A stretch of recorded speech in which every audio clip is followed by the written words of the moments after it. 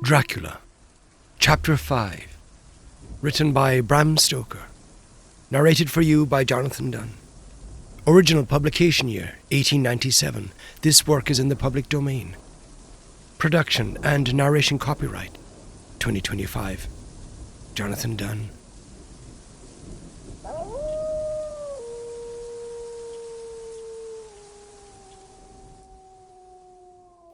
Letter from Miss Mina Murray to Miss Lucy Westenra. 9th of May. My dearest Lucy, forgive my long delay in writing, but I have been simply overwhelmed with work. The life of an assistant schoolmistress is sometimes trying. I am longing to be with you, and by the sea, where we can talk together freely and build our castles in the air. I have been working very hard lately, because I want to keep up with Jonathan's studies, and I have been practicing shorthand very assiduously. When we are married, I shall be able to be useful to Jonathan, and if I can stenograph well enough, I can take down what he wants to say in this way, and write it out for him on the typewriter, at which also I am practicing very hard. He and I sometimes write letters in shorthand, and he is keeping a stenographic journal of his travels abroad. When I am with you, I shall keep a diary in the same way. I don't mind one of those 2 pages to the week with Sunday squeezed in a corner diaries, but a sort of journal which I can write in whenever I feel inclined. I do not suppose there will be much of interest to other people, but it is not intended for them. I may show it to Jonathan some day if there is in it anything worth sharing, but it is really an exercise book. I shall try to do what I see lady journalists do, interviewing and writing descriptions and trying to remember conversations. I am told that, with a little practice, one can remember all that goes on or that one hears said during a day. However, we shall see. I will tell you of my little plans when we meet. I have just had a few hurried lines from Jonathan from Transylvania. He is well and will be returning in about a week. I am longing to hear all his news. It must be so nice to see strange countries. I wonder if Jonathan and I, shall ever see them together. There is the 10 o'clock bell ringing. Goodbye. Your loving Mina.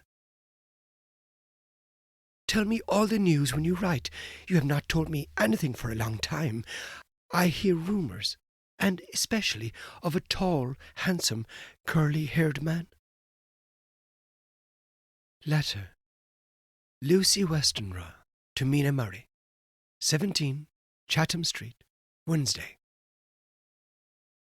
My dearest Mina, I must say you tax me very unfairly with being a bad correspondent. I wrote to you twice since we parted, and your last letter was only your second. Besides, I have nothing to tell you. There is really nothing to interest you. Town is very pleasant just now, and we go a good deal to picture galleries, and for walks and rides in the park. As to the tall, curly-haired man, I suppose it was the one who was with me at the last pop. Someone has evidently been telling tales. That was Mr. Holmwood. He often comes to see us, and he and Mamma get on very well together. They have so many things to talk about in common. We met some time ago, a man that would just do for you, if you were not already engaged to Jonathan. He is an excellent parti, being handsome, well off, and of good birth. He is a doctor, and really clever, just fancy. He is only 29, and he has an immense lunatic asylum, all under his own care. Mr. Holmwood introduced him to me, and he called here to see us, and often comes now.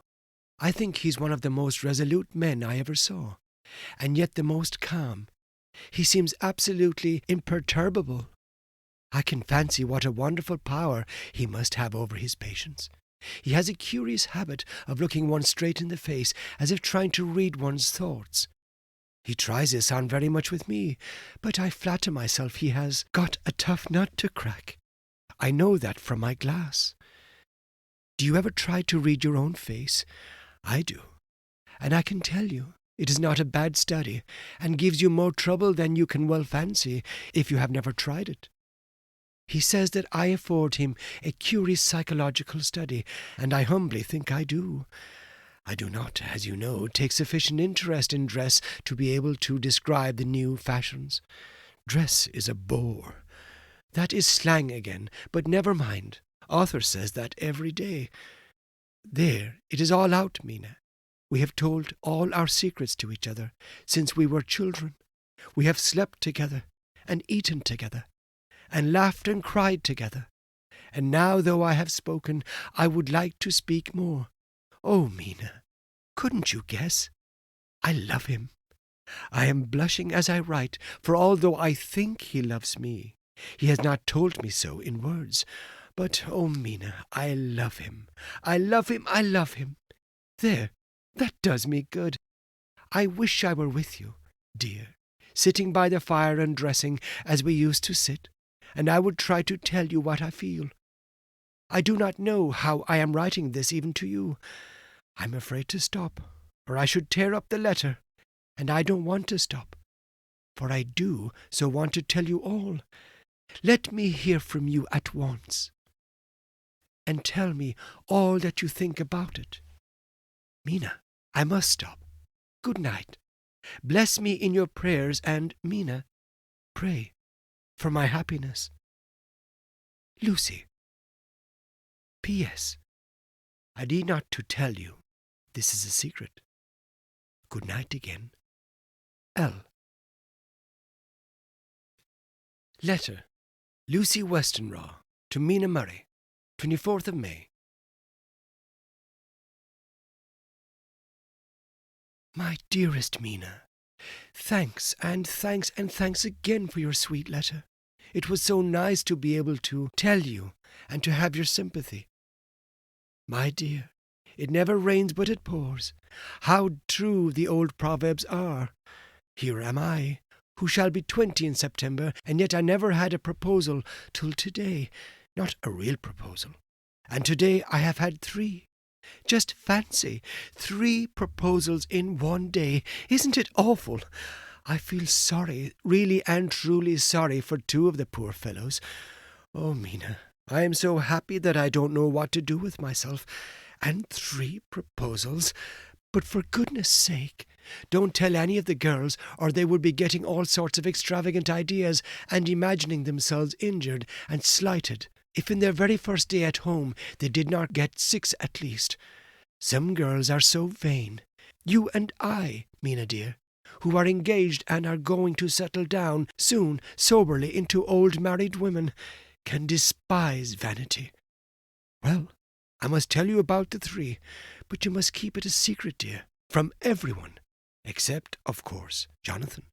You will tell him, because I would, if I were in your place. Certainly tell Arthur. A woman ought to tell her husband everything.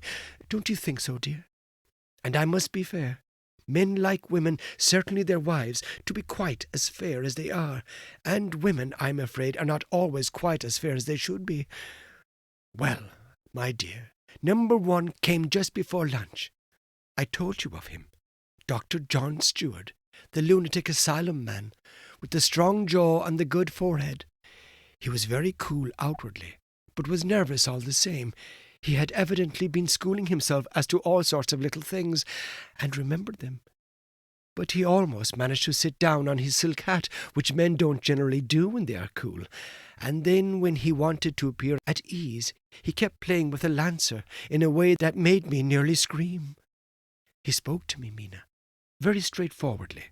He told me how dear I was to him, though he had known me so little, and what his life would be with me to help and cheer him. He was going to tell me how unhappy he would be if I did not care for him, but when he saw me cry, he said that he was a brute, and would not add to my present trouble. Then he broke off and asked if I could love him in time, and when I shook my head, his hands trembled. And then, with some hesitation, he asked me if I cared already for anyone else. He put it very nicely, saying that he did not want to wring my confidence from me, but only to know, because if a woman's heart was free, a man might have hope. And then, Mina, I felt a sort of duty to tell him that there was someone. I only told him that much, and then he stood up and he looked very strong and very grave as he took both my hands in his and said I would be happy, and that if I ever wanted a friend, I must count him one of my best. Oh, Mina, dear, I can't help crying, and you must excuse this letter being all blotted. Being proposed to is all very nice, and all that sort of thing, but it isn't at all a happy thing when you have to see a poor fellow, whom you know loves you honestly, going away, and looking all broken-hearted, and to know that no matter what he must say at the moment, you are passing quite out of his life. My dear, I must stop here at present. I feel so miserable, though I am so happy. Evening. Arthur has just gone, and I feel in better spirits than when I left off. So I can go on telling you about the day. Well, my dear, number 2 came after lunch. He is such a nice fellow, an American from Texas, and he looks so young and so fresh that it seems almost impossible that he has been to so many places and has had such adventures. I sympathize with poor Desdemona when she had such a dangerous stream poured in her ear, even by a black man. I suppose that we women are such cowards that we think a man will save us from fears, and we marry him. I know now what I would do if I were a man, and wanted to make a girl love me. No, I don't, for there was Mr. Morris telling us his stories, and Arthur never told any, and yet, my dear, I am somewhat previous. Mr. Quincy P. Morris found me alone. No, he doesn't, for Arthur tried twice to make a chance, and I, helping him all I could. I'm not ashamed to say it now. I must tell you beforehand that Mr. Morris doesn't always speak slang. That is to say, he never does so to strangers or before them, for he is really well educated and has exquisite manners. But he found out that it amused me to hear him talk American slang, and whenever I was present, and there was no one to be shocked, he said such funny things. I am afraid, my dear, he has to invent it all, for it fits exactly into whatever else he has to say. But this is a way slang has. I do not know myself if I shall ever speak slang. I do not know if Arthur likes it, as I have never heard him use any as yet. Well, Mr. Morris sat down beside me, and looked as happy and jolly as he could, but I could say all the same that he was very nervous. He took my hand in his, and said ever so sweetly, "Miss Lucy, I know I ain't good enough to regulate the fixin's of your little shoes, but I guess if you wait till you find a man, that is, you will go join them, 7 young women, with the lamps when you quit. Won't you just hitch up alongside of me and let us go down the long road together, driving in double harness?" Well, he did look so good-humoured and so jolly that it didn't seem half so hard to refuse him as it did poor Dr. Stewart. So I said, as lightly as I could, that I did not know anything of hitching, and that I wasn't broken to harness at all yet. Then he said that he had spoken in a light manner, and he hoped that if he had made a mistake in doing so on so grave, so momentous an occasion for him, I would forgive him. He really did look so serious when he was saying it, and I couldn't help feeling a bit serious too. I know, Mina, you will think me a horrid flirt, though I couldn't help feeling a sort of exultation that he was number 2 in one day. And then, my dear, before I could say a word, he began pouring out a perfect torrent of love-making, laying his heavy heart and soul at my feet. He looked so earnest over it that I shall never again think that a man must be playful always, and never earnest because he is merry at times. I suppose he saw something in my face which checked him, for he suddenly stopped and said with a sort of manly fervour that I could have loved him, for if I had been free. "Lucy, you are an honest-hearted girl, I know. I should not be here speaking to you as I am now, if I did not believe you clean grit right through to the very depths of your soul. Tell me, like one good fellow to another, is there anyone else that you care for? And if there is, I'll never trouble you a hair's breadth again, but will be, if you will let me, a very faithful friend." My dear Mina, Why are men so noble when we women are so little worthy of them? Here was I almost making fun of this great-hearted, true gentleman. I burst into tears. I'm afraid, my dear, you will think this is a very sloppy letter in more ways than one, and I really felt very badly. Why can't they let a girl marry 3 men, or as many as want her, and save all this trouble? But this is heresy, and I must not say it. I am glad to say that, though I was crying, I was able to look into Mr. Morris's brave eyes, and I told him out straight. Yes, there is someone I love, though he has not told me yet that he even loves me. I was right to speak to him so frankly, for quite a light came into his face, and he put out both his hands and took mine. I think I put them into his, and said in a hearty way, "That's my brave girl. It's better worth being late for a chance of winning you than being in time for any other girl in the world. Don't cry, my dear.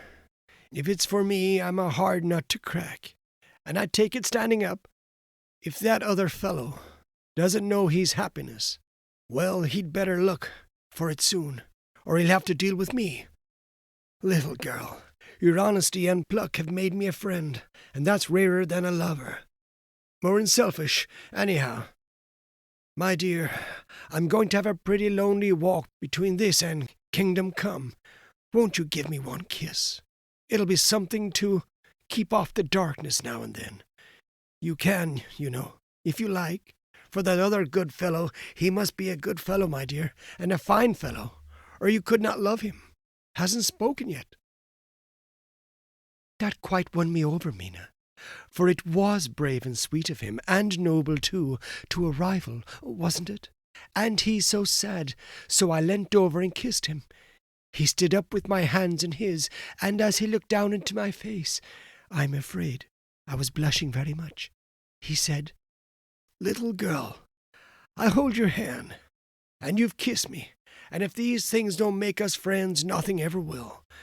Thank you for your sweet honesty to me, and goodbye." He wrung my hand, and taking up his hat went straight out of the room without looking back, without a tear or a quiver or a pause, and I'm crying like a baby. Oh, why must a man like that be so unhappy when there are lots of girls about who would worship the very ground he trod on? I know I would if I were free. Only I don't want to be free. My dear, this quite upset me, and I feel I cannot write of happiness just at once, after telling you of it, and I don't wish to tell of the number 3 until it can be all happy. Forever your loving Lucy. P.S. Oh, about number 3. I needn't tell you of number 3, need I? Besides, it was all so confused. It seemed only a moment from his coming into the room till both his arms were round me, and he was kissing me. I am very, very happy, and I don't know what I have done to deserve it. I must only try in the future to show that I am not ungrateful to God for all his goodness to me in sending to me such a lover, such a husband, and such a friend. Goodbye. Dr. Seward's Diary, kept in phonograph, 25th of May. Ebb tide in appetite today. Cannot eat, cannot rest. So diary instead. Since my rebuff of yesterday, I have a sort of empty feeling. Nothing in the world seems of sufficient importance to be worth doing, as I know that the only cure for this sort of thing was work. I went down amongst the patients. I picked out the one who has afforded me a study of much interest. He is so quaint that I am determined to understand him as well as I can. Today I seem to get nearer than ever before to the heart of his mystery. I questioned him more fully than I had ever done, with a view to making myself master of the facts of his hallucination. In my manner of doing it, there was, I now see, something of cruelty. I seemed to wish to keep him to the point of his madness, a thing which I avoid with the patience as I would the mouth of hell. Memorandum. Under what circumstances would I not avoid the pit of hell? Omnia Romae vernilia sunt. Hell has its price.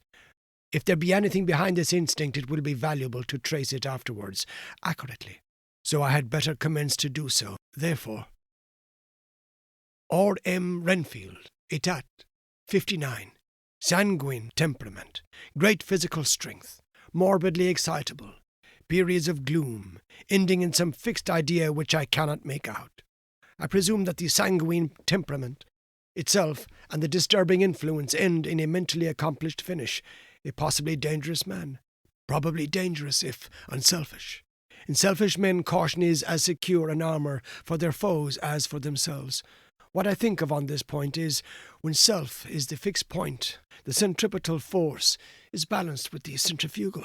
When duty, a cause, etc., is the fixed point, the latter force is paramount, and only accident or a series of accidents can balance it. Letter, Quincy P. Morris, to Honourable Arthur Homewood, 25th May. My dear Art, we've told yarns by the campfire in the prairies, and dressed one another's wounds after trying a landing at the Marquesas, and drunk healths on the shore of Titicaca. There are more yarns to be told and other wounds to be healed, and another health to be drunk. Won't you let this be at my campfire tomorrow night?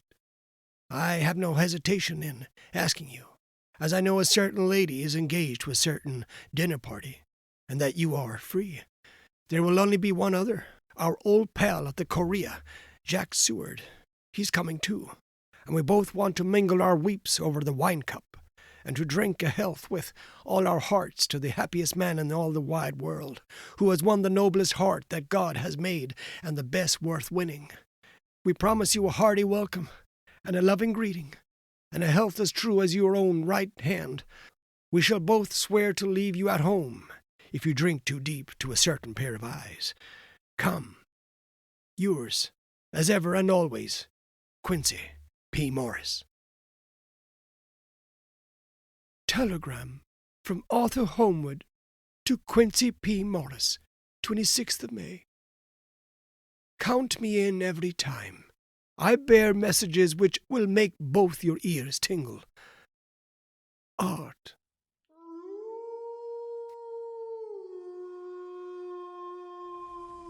Dracula, Chapter 5. Written by Bram Stoker. Narrated for you by Jonathan Dunne. Original publication year, 1897. This work is in the public domain. Production and narration copyright, 2025. Jonathan Dunne.